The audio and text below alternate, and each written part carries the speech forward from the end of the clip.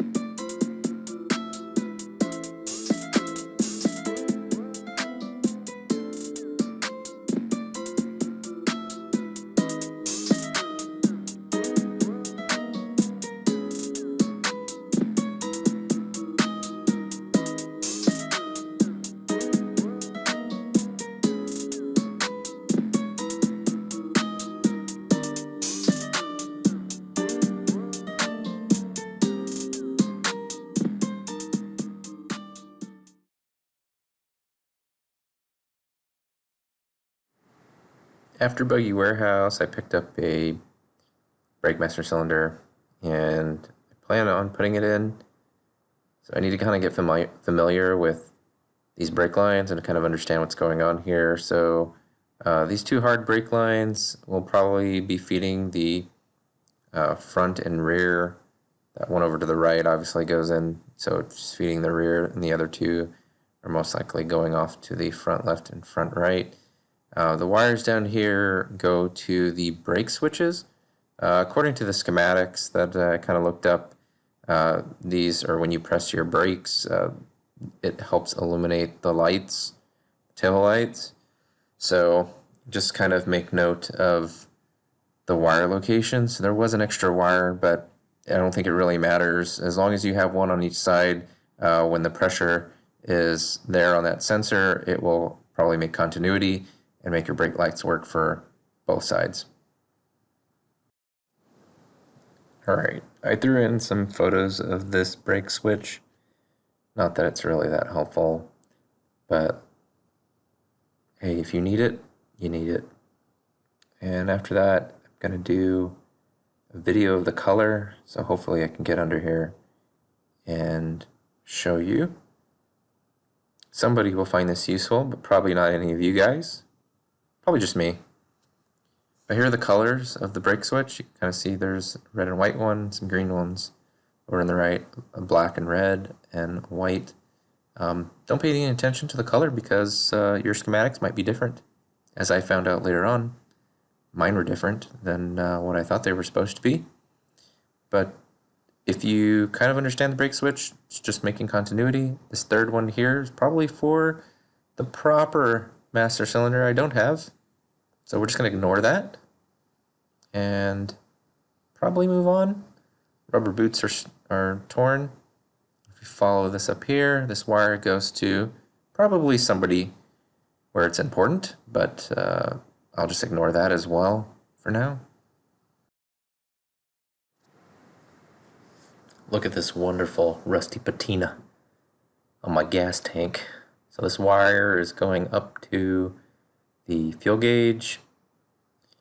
Just going to be doing some overall inspection of everything, trying to figure out where everything goes. Like those wires right there are the turn signal wires going into the fender area. So just trace it back if you're unsure. See, they're kind of stuck together. I'll just separate them. So those are the power wires, yellow and white, going up to the fuses. And that's the rat's nest. You can see some corrosion too on the terminals for everything. Probably not that helpful to have corrosion, but yeah, I guess we'll figure it out when we get there. That doesn't work. Probably like everything else on the car, it doesn't work right now. Yep, tracing it back, some more wires, following through. Probably for the lights, the orange lights. So just turning your lights on, giving you some signals. And that one looks like it goes to the flasher. Probably the flashers. I'll just tug on it until I break more wires like the previous owner did. Yep, just pull hard. You don't need that wire anyway. And there's a windshield wiper motor that's painted red. You can ignore that. Red is sporty, makes it go faster.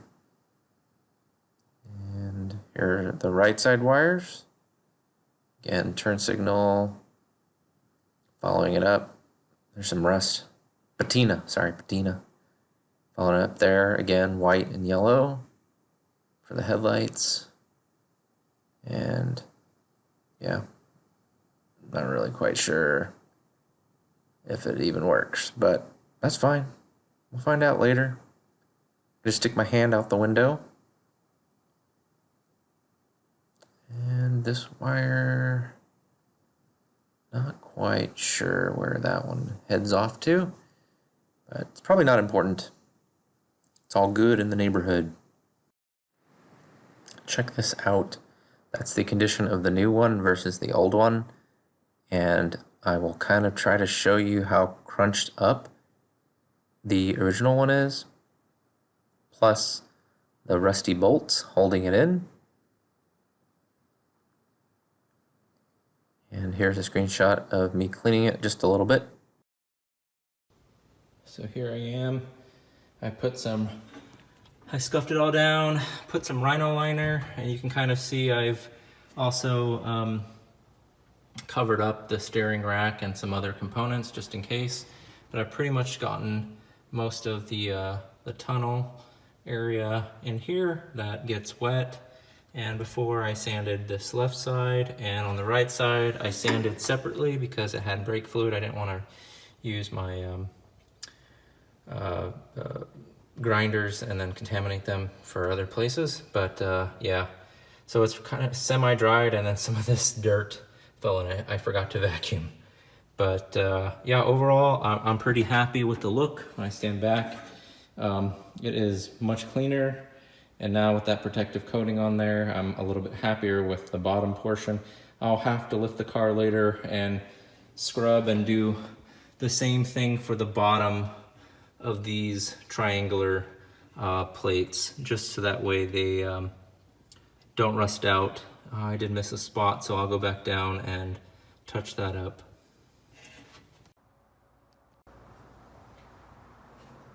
Okay, so here it is. So been working on this most of the day here. So now I have the new master cylinder in, the new line to the back, and it looking pretty good. I cleaned up those clips so they look nice and shiny. And I will now have to get those extra lines that go up to the reservoir connected. So I'll have to cut those hoses. So that'll be what I do next. I will make all the little fittings that go all the way up to those. If you were curious what I was using, I used this Raptor liner from AutoZone, and it worked really well. You see here it's still wet, but I went back and got some more and sprayed it. You can see that I was still grinding down, trying to get down to the bare metal and get all the rust out, and I ran out with that one can. So after I got some more, look at this. Amazing. It's going to dry flat. It's going to look awesome. I spent all that time with the grinding wheel to get it all smooth, and taping it all up makes it look much better, much cleaner. Can you believe that? All right, well, thank you for joining for episode 2.